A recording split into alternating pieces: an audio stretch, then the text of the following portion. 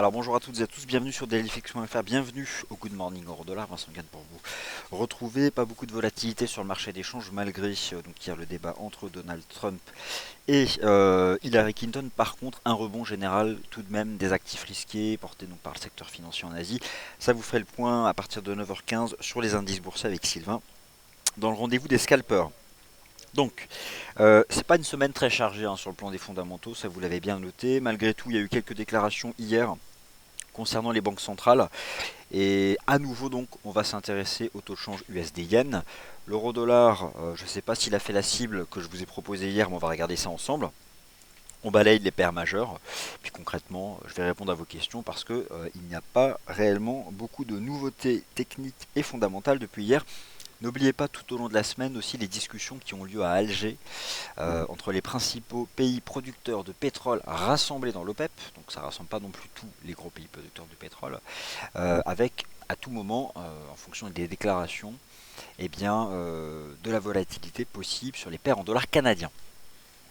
Alors, je vous laisse prendre connaissance de ce second avertissement sur les risques liés au trading. Un trader sur marge comporte un risque élevé ne peut être recommandé à tout investisseur, car cela peut générer des pertes qui dépassent votre capital de trading.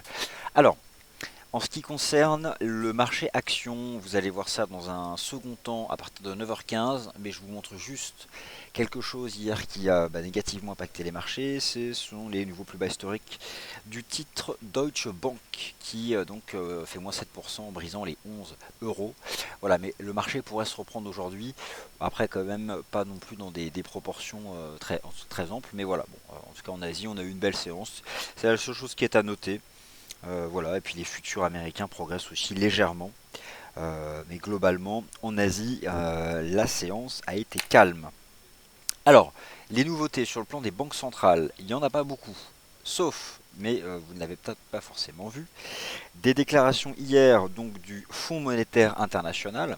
Alors attention, le Fonds monétaire international n'est pas la banque centrale des banques centrales.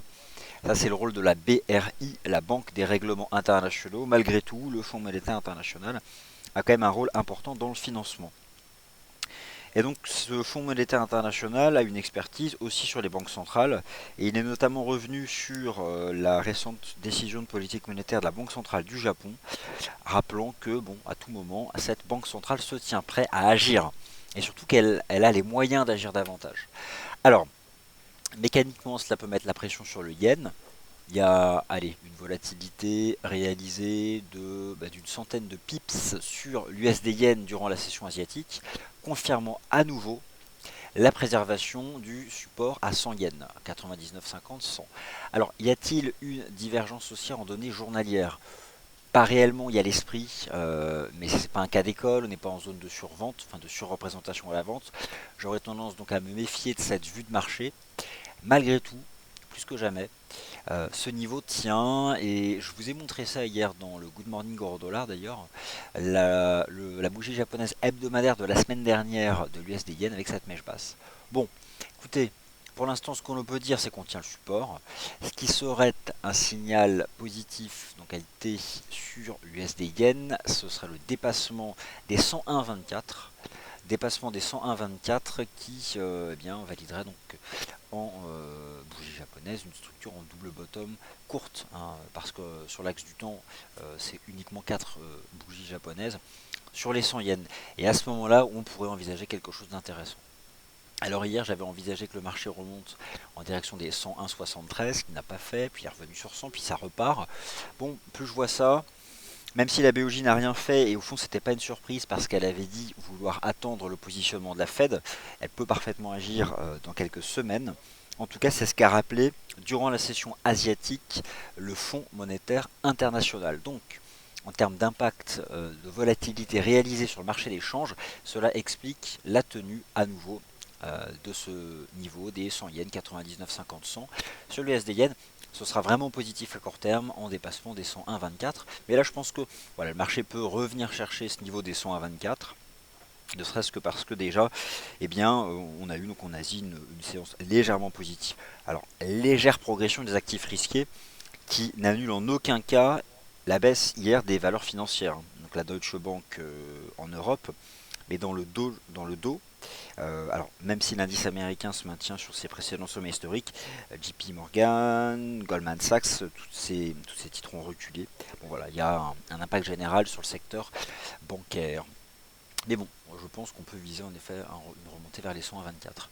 Alors, la UD-USD, plus que jamais, on est dans une hyper compression chartiste. Ça fait depuis plusieurs semaines que le marché s'attaque à une oblique chartiste qui attrape donc tous les sommets de marché les plus saillants depuis le printemps 2013. Les dollars des antipodes sont soutenus donc par la remontée des taux d'intérêt en Chine, donc les taux d'intérêt monétaires. D'autre part, la Banque centrale ne se cache pas.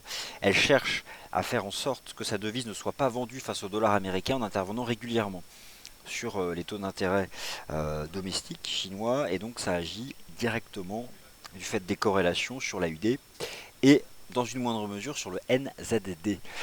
Vu la mise sous pression du dollar US par la Réserve fédérale la semaine dernière après la mise à jour de ses projections macroéconomiques, à votre place, c'est la 4e fois qu'on attaque ici cette oblique de résistance, je ne la vendrai pas. J'ai même plutôt, moi, le sentiment qu'on finira par la dépasser. Alors, là, on attaque la résistance, donc... mais, regardez, je vais me concentrer, moi, uniquement sur le mouvement récent. Une jambe de hausse, une petite console latérale et ça repart. J'ai bien envie d'être optimiste à la hausse sur la UD-USD. Je le suis sur la UD-USD depuis le support. Rappelez-vous, hein, c'était le Good Morning Euro Dollar de lundi de la semaine passée. C'était ma seule conviction forte sur les paires majeures. Et écoutez, là, voilà, je confirme.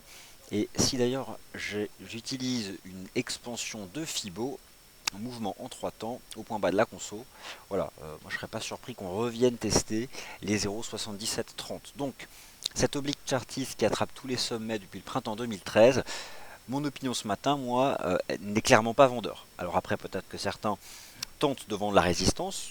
Pour le principe d'une résistance, c'est en effet quelque chose à faire, mais moi, franchement, ce n'est pas du tout mon scénario. Alors par exemple, je vois une question alors FCL Corse sur la UD-USD, donc j'imagine que vous suivez nos émissions régulièrement et que vous êtes peut-être en position dessus. Gardez le cap sur ce marché, ça reste haussier. Je ne sais pas où vous êtes positionné, mais désormais le marché doit impérativement se maintenir au-dessus des 0,7605. En fait, le plus bas de la console latérale dont le marché tente de sortir par le haut. Donc ça permet aussi de gérer son risque dans le sens de la tendance.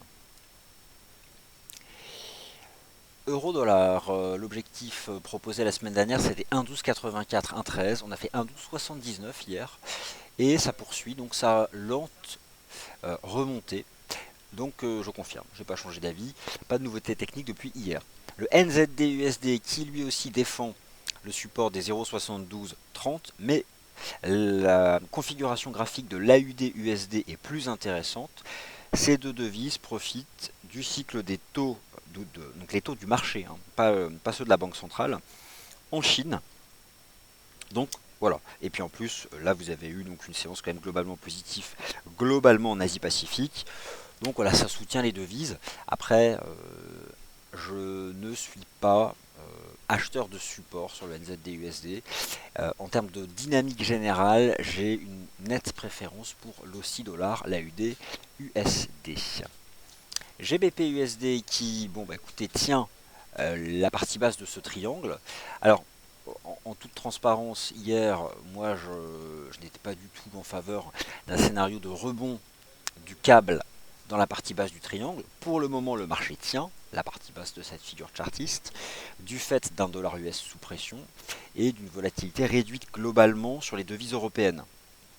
Parce que voilà, il n'y a pas de fondamentaux là qui les concernent dans l'immédiat depuis le statu quo intégral il y a quelques semaines de la Banque Centrale Européenne, mais alors pour le coup ça avait été un statu quo intégral. Il n'y avait eu aucune ouverture, même temporelle, pour une extension éventuelle des différents programmes monétaires. Je ne suis pas en faveur d'une stratégie positive dans la partie basse du triangle. Bon, après voilà, on voit bien que le marché tient le support, il y a quand même beaucoup plus attractif parmi les paires en dollars. La hausse de l'USD-Yen que j'envisage en direction des 101,24 n'est pas une stratégie d'achat du dollar US, attention, il s'agit davantage d'une stratégie de vente à court terme du yen suite aux déclarations de la nuit dernière donc, du Fonds monétaire international, qui en fait pense clairement que cette fois-ci, lors de sa prochaine décision de politique monétaire, la Banque centrale du Japon agira. FCO Corse, voilà, je poste votre... Donc a priori, vous êtes donc à l'achat sur la UDUSD. Alors, écoutez, gardez le cap ou ajustez votre stop de protection sous 0,76. Vous voyez la petite console latérale de 3 chandeliers. Mais moi, mon sentiment, c'est qu'on peut aller chercher au moins ce cours de clôture qui est donc à 0,7686. Mais je suis en fait plus optimiste. Le prix monte avec le RSI. La devise est achetée alors que il y avait eu au début de l'été une baisse des taux de la Banque centrale. Enfin bref, la UD-USD il a fait le point bas. Je pense clairement que le dollar australien a fait un point bas général en janvier 2016 et qu'il y a clairement derrière, en cas de franchissement de cette oblique, la capacité de remonter davantage et au moins par exemple aller chercher les 0,7834. Donc pour l'instant le momentum reste positif. Et donc l'USD CAD volatile, alors déjà un objectif technique atteint, je vous ai proposé hier de viser les 1,3253 suite à cette structure en avalement haussier, donc terminologie japonaise du 23 septembre. C'est la cible que je vous ai proposée hier, elle a été atteinte et vous voyez donc la volatilité qui reste présente sur le dollar canadien, puisqu'à tout moment on attend des déclarations. Donc voilà, c'est la partie haute d'un range en place depuis plusieurs semaines, voire mois. Donc je ne sais pas si pour le coup vous aviez des stratégies longues sur ce taux USD4, mais ça reste quand même très volatile. Donc est-ce que vous avez pu prendre vos bénéfices? C'est pas évident. Mais en tout cas voilà, le marché a fait la cible technique que suggérait donc la bougie japonaise du 23 septembre. Maintenant, il faut davantage regarder du côté du pétrole pour l'USD4 que du dollar US. Alors un mot sur l'euro GBP. Alors l'euro GBP, alors n'a pas tout à fait atteint les 0,8724. On a hier quand même un chandelier avec une mèche haute, mais pour le coup, je ne considère pas qu'il s'agisse d'un chandelier vendeur. On a eu le même ici le 20 septembre. On est dans une dynamique positive ici, sur ce marché. Simplement, ça prend du temps. L'euro n'est plus baissier de longue date. Le GBP bon, est globalement sous pression, même si là, il est moins. Pour moi, dans ce canal, il est tout à fait envisageable. Regardez le rythme de marché de l'euro GBP. Jambe de hausse et des chandeliers volatiles. Jambe de hausse, à nouveau des chandeliers à petit corps et des ombres hautes ou basses importantes. Jambe de hausse, et là on refait des chandeliers à petit corps avec des ombres hautes et basses importantes. Je pense que voilà, c'est à nouveau donc ce cycle de marché que le marché va respecter. Donc il y a la place là pour dériver à plat. Mais je reste positif au-dessus des toutes premières lignes de tendance. Et en fait, moi j'accorde ma confiance à tout le mouvement qui a démarré le 6 septembre, donc qui est une tendance positive, premier support, et je pense que d'ailleurs ça peut être un point d'entrée dans le sens de cette tendance positive à 0,8626. Voilà, bah écoutez, j'ai couvert toutes les paires majeures et davantage en répondant à vos questions. Je n'ai pas davantage de choses donc à vous dire sur ce sujet. Aujourd'hui, pour les fondamentaux, il n'y a pas grand-chose. Bon, il y a l'indice des prix des maisons aux États-Unis à 15 heures. Le PMI des services selon Markit à 15h45 aux États-Unis, mais aux États-Unis, Markit, on ne regarde pas tellement. Et l'indice manufacturier de la Réserve fédérale de Richmond, qui n'est pas non plus un des indices avancés les plus importants parmi donc, les réserves fédérales régionales aux États-Unis. Donc concrètement, aujourd'hui, en termes de fondamentaux, hormis du news flow qui peut provenir par exemple d'Alger avec les négociations donc, entre les principaux pays de l'OPEP, et on voit qu'il y a de la vol sur le dollar canadien, ça n'attend pas grand chose. Donc l'USD yen, ça me paraît tout à fait envisageable que ce marché rejoigne les 101,24. Voilà, bah écoutez, on a fait le tour d'horizon de ces paires majeures, pas la peine d'en dire davantage, je vous laisse et vous êtes avec Sylvain dans 15 minutes sur les graphiques intraday pour le suivi entre autres du GR30 et des indices boursiers de manière générale. Merci à tous.